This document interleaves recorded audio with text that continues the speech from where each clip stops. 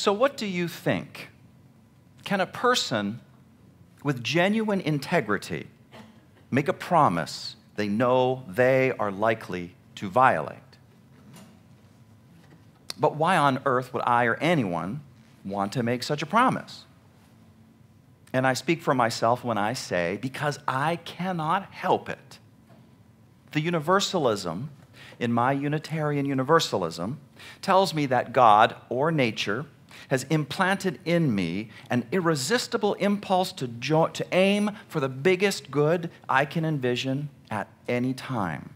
And the biggest good that I am envisioning right now is for the spirit of love to reign in my life and in the world. Do you join me in that? Amen. Do you want that for yourself too, for the spirit of love to reign in your heart and for no one to be left out of that in this entire world? Do you want that too? How can we not give ourselves in promise to that, to try as best as we can to make that real, that big promise? And it can be seen at work in so many different ways. Perhaps it is your wedding day, and you've incorporated Paul's immortal words about love into your wedding vows. If I speak in the tongues of mortals and of angels, but do not have love, I am a noisy gong or a clanging cymbal. If I give away all my possessions, if I hand over my body so that I may boast, but do not have love, I gain nothing. And now faith, hope, and love abide, these three. And the greatest of these is love. Through wedding vows, you have promised to love another person all the days of your life. And this is one particular way that you are going to allow the spirit of love to reign in your heart. Same thing goes when you happen to join a team of folks in some project that wants to help heal some kind of brokenness in our world, like poverty. Same thing when you're part of a congregation that is welcoming a newborn into the world. And the minister asks you to remember your excitement about taking on something that you have always wanted, and then to remember the anxiety that came with it and how big the task was. How many are the ways that things can get tough? The minister asks you to remember times that you needed reassurance and a helping hand. And then the minister asks you to promise. Does this congregation dedicate itself to support this child and to the child's family? And you, the congregation, say, yes, we do. These are all promises about allowing the spirit of love to reign in our lives. And we just can't help making them. And we fail all the time. Paul says love is patient. Love is kind. It does not insist on its own way. It is not irritable. It is not resentful. But what about that time in your primary relationship when you asked your partner, well, where do you want to go out to dinner, honey? I'm open to anything. And she says, A, and you go, nah. So she counters with B, and you go, So she says C, and you go, ugh. So she offers D, and your eyes light up, and it's also the restaurant you wanted to go to begin with in the first place, but you did not want to appear too pushy. But you are pushy. You have violated your promise. Or maybe you yelled at someone on your social justice team as you were working on that project to help heal poverty because according to you, they weren't doing it right. Or maybe you were asked to volunteer in our children's religious education program, which that child the congregation just dedicated participates in, which is also your opportunity to directly show kindness to him or her, but you don't volunteer. and you make no effort at all to engage that program or any of the children in the congregation, you have violated your promise. And still we promise in 101 ways to allow the spirit of love to reign in our hearts. So by God, let this big promise and all the smaller promises that are its vehicles not be a contract. Because when contracts are broken, there is no more contract. And there are also dire consequences. Just think of the contracts in your own life and what happens when they get broken.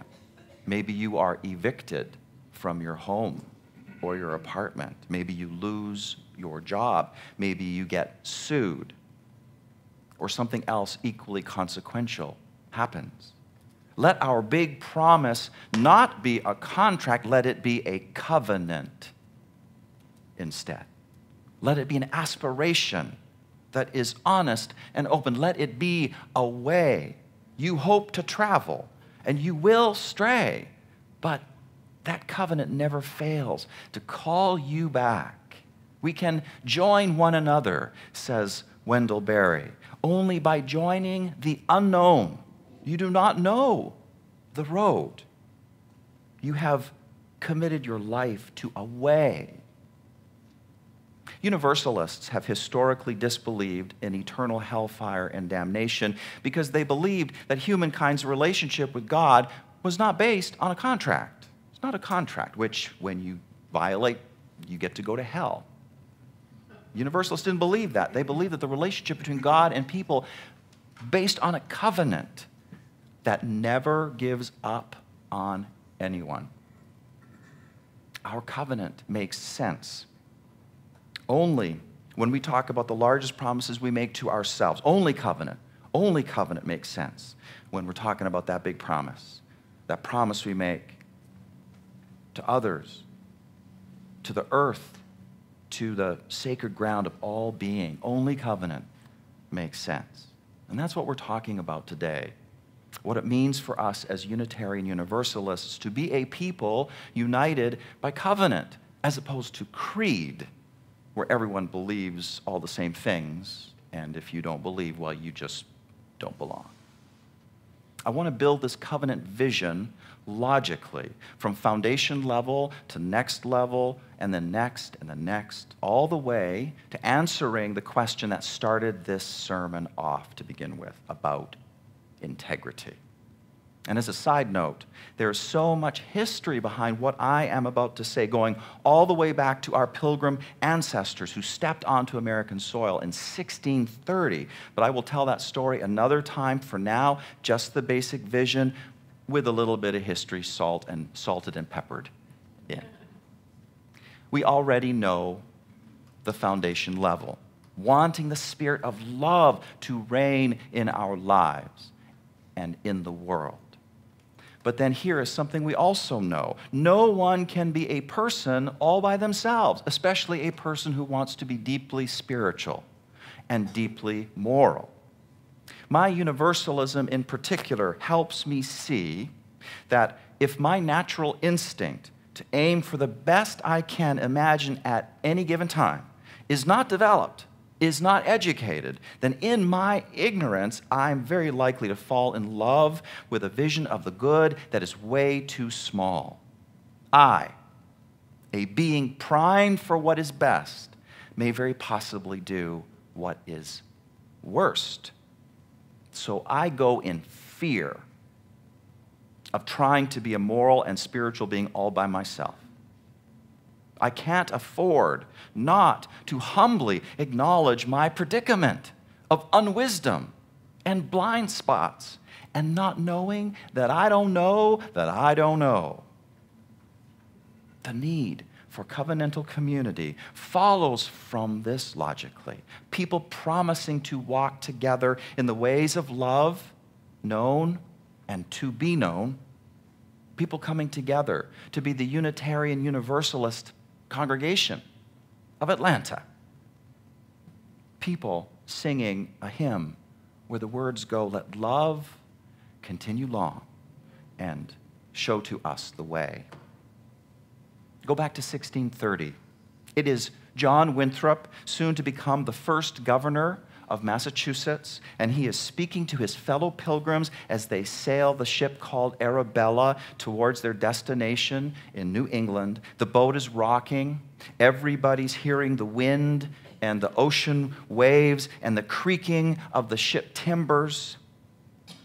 And John Winthrop says, now the only way to avoid shipwreck and to provide for our posterity is to follow the counsel of Micah, to do justice, to love mercy, to walk humbly with our God.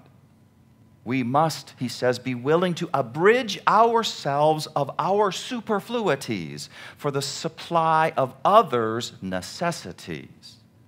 So shall we keep the unity of the Spirit in the bond of peace. Now note how Winthrop pictures the pilgrim situation as that of a potential shipwreck.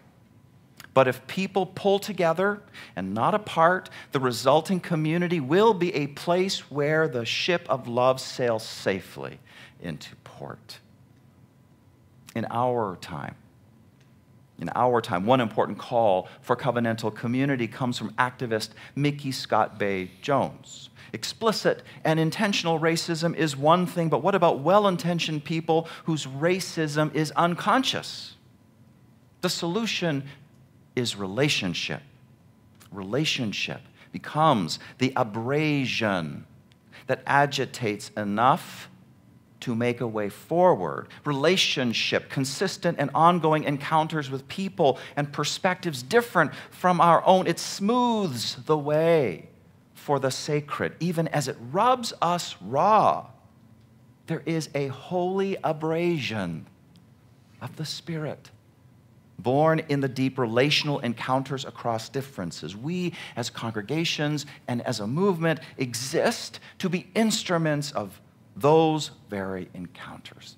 That's Mickey Scott Bay right there. This is a spiritual beings having a human experience kind of journey that we are talking about, lived through relationships in covenantal community. And now comes another layer to the vision, the need for reason. The Reverend Alice Blair Wesley is a delightful authority on covenantal theology. She puts it like this. She says, loyalty to the spirit of love simultaneously commits members of the free church, that's who we are, commits members of the free church to the best understanding of the truth that we can attain. And that means reasoning, precisely because they loved the lay people of New England, wanted to reason well about the truth and about facts. This is why a learned ministry was so important to them. And not just to them, but to us as well. When love stirs in our midst, and it is calling us to be agents of love in the here and now, on the streets of Atlanta, in our homes, wherever we happen to be. We want to be conscious. We want to heal both conscious and unconscious racism. We want to do that in those places. We want to heal poverty. We want to do these things. We want to do other hard things. And if we're going to do that, we better be willing to think about it. We better be willing to study and discuss and dispute and conference and talk and talk and talk. We must know the history. We must know the philosophy. We must know the science. We must know the facts. Our actions must be informed because we care. We care. And we want to minimize wasted energy and effort. And this directly leads to yet another level of the vision of covenantal community. The technical term it is given in Unitarian Universalist circles is congregational polity, which means that each individual Unitarian Universalist congregation governs itself. This congregation now and forever has the power and the right to call its own minister, to elect board leaders, to decide how it's going to spend its money, to decide whether or not to purchase or sell a piece of property. Nothing beyond us has any right or authority to make such decisions for us. But the all-important thing to know is that this way of organizing expresses a theological rationale, that we are people in earnest discussion, in earnest discernment about what love is calling us to be and to do here in Atlanta, Georgia. And we know best about that. We are going to know best about that because we're here. We are here in Atlanta, Georgia. We know best about it because we're in the thick of it. But when folks elsewhere and at a distance impose their views on us and tamper with us, we are not able to authentically respond to the movement of love in our midst. Someone else's agenda gets in the way. Our polity is congregational exactly because our theology is covenantal, because our reason for being is hearing clearly love's call to us right in the thick of Atlanta. That is our only reason for being. And now the last level to the vision of covenantal community. And coming home to that question that started the sermon off today about integrity. Can a person with genuine integrity make a promise that they know they are likely to violate? And the answer is yes, they can, if they are humbly willing to allow themselves to be brought back to the path when they stray. Herein lies, says Alice Blair Wesley, the free church concept of discipline. If any member's actions or their attitude, carriage, our ancestors called it, if any member's carriage seems scornful or sarcastic or sullen or ungenerous, he or she would likely be called upon the next afternoon by the elder to clear things. Members of the free church discipline one another by reasoning together in love whenever any members see it as needed. There can be no integrity if there is no humility to accept discipline. Now, some folks, they like to quote the fourth principle, a free and responsible search for truth and meaning. Or the fifth principle, the right of conscience and the use of the democratic process. And this becomes their justification for doing whatever they want and seeing themselves as exempt from discipline. Note, by the way, how they conveniently skip over the responsible part. In the free and responsible search, there is no integrity in this line of argument. Someone shared something with me recently. She said, while I love the family I have crafted at UUCA, the current disharmony over Project Phoenix is substantially interfering with the feeling of family and camaraderie that has brought such comfort at UUCA. I wish, as we discuss the current issues around moving to our permanent home, we could practice our first principle as much as the fifth one. Treating each other with kindness and respect seems to me to be the basic standard of any communication we have with each other, regardless of the topic. This person goes on to say, the current disharmony and acrimony that has recently been spewed on the city makes me wonder, to a degree, why I bother trying to refine my place at UUCA. Makes me want to refrain from coming here on Sunday mornings. Makes me a bit nervous about what size of check to write each month. I hope whatever takes the place of the city will be a kinder, better place. And I hope so too. I hope so too. There's nothing wrong with things being tough. There's nothing wrong with the road ahead being uncertain. Listen to Wendell Berry again. We can join one another only by joining the unknown. You do not know the road. You have committed your life to a way. We don't know the road, and we don't have to.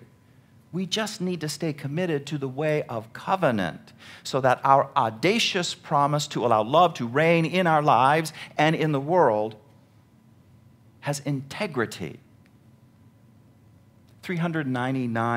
89 years ago, when John Winthrop was deep in his anxiety about the whole pilgrim venture, shipwrecking, he put forward a clear vision of discipline. He said, we must be willing to abridge ourselves of our superfluities for the supply of others' necessities. We must uphold a familiar commerce together in all meekness, gentleness, patience, and liberality. We must delight in each other, make others' condition our own, rejoice together, mourn together, labor and suffer together, always having before our eyes our commission and community in the work, our community as members of the same body. This language is so old, archaic, but it is still precious. We must be willing to abridge ourselves of our superfluities. In other words, what do you insist on, even as you know it's not absolutely necessary, and you might even be hurting another person by doing it? Again and again, we will break our covenant. Again and again, let us be called back to it. Love's reign in the heart and in our world relies upon our integrity. Let us be people of integrity. Amen.